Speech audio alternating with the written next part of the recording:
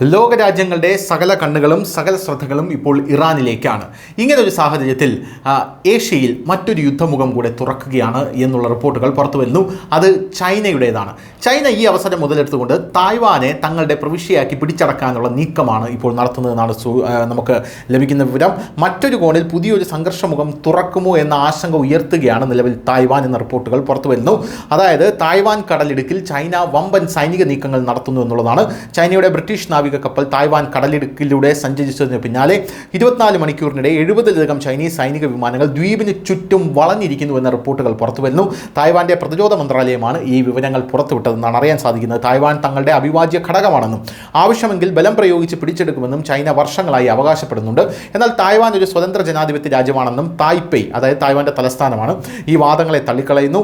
അടുത്തിടെയായി തായ്വാന്റെ പരമാധികാരം ചോദ്യം ചെയ്യുന്നതിന്റെ ഭാഗമായി ചൈന യുദ്ധവിമാനങ്ങളുടെയും നാവിക കപ്പലുകളുടെയും വിന്യാസം വർദ്ധിപ്പിച്ചിട്ടുണ്ട്. തായ്വാൻ കടലിടുക്കിന്റെ നടുവിലൂടെ കടന്നുപോകുന്ന മീഡിയ ലൈൻ ചൈനയും തായ്വാനും തമ്മിലുള്ള ഒരു അനൗദ്യോഗിക അതിർത്തി രേഖയാണ്. ചൈന ഈ രേഖയെ ഔദ്യോഗികമായി അംഗീകരിക്കുന്നില്ലെങ്കിലും പലപ്പോഴും ഈ രേഖ മാനിച്ചാണ് അവർ സൈനിക നീക്കങ്ങൾ നടത്താറുള്ളത്. ഈ രേഖയുടെ ലംഘനം തായ്വാന്റെ പരമാധികാരത്തോടുള്ള കൂടുതൽ ശക്തമായ വെല്ലുവിളിയായിട്ടാണ് കണക്കാക്കപ്പെടുന്നത്. എന്തായാലും ബ്രിട്ടീഷ് റോയൽ നേവിയുടെ പെട്രോളിംഗ് കപ്പലായിട്ടുള്ള HMS സ്പേസ് ജൂൺ 18 തായ്വാൻ കടലിടുക്കിലൂടെ സഞ്ചരിച്ചതിന് പിന്നാലെയാണ് ചൈനയുടെ ഭാഗത്തു നിന്ന് ഇത്രയധികം പ്രകോപനപരമായിട്ടുള്ള നീക്കങ്ങൾ ഉണ്ടായത്. നിയമങ്ങൾക്കനുസൃതമായി രാജ്യാന്തര ജലപാത എന്ന നിലയിൽ തായ്വാൻ കടലിടുക്കിലൂടെയുള്ള ബ്രിട്ടീഷ് കപ്പലിന്റെ സഞ്ചാരത്തെ തായ്വാൻ വിദേശകാര്യ മന്ത്രാലയം സ്വാഗതം ചെയ്തിരുന്നു. എന്നാൽ തായ്വാൻ കടലിടുക്ക് തങ്ങളുടെ ആഭ്യന്തര ജലപാതയാണെന്ന് ചൈന അവകാശപ്പെടുന്നതിനാൽ വിദേശ സൈനിക കപ്പലുകൾ ഇതുവഴി കടന്നു പോകുന്നത് അവർക്ക് പ്രകോപനപരമാണ് എന്നുള്ളതാണ് മറ്റൊരു പ്രധാനപ്പെട്ട കാര്യം.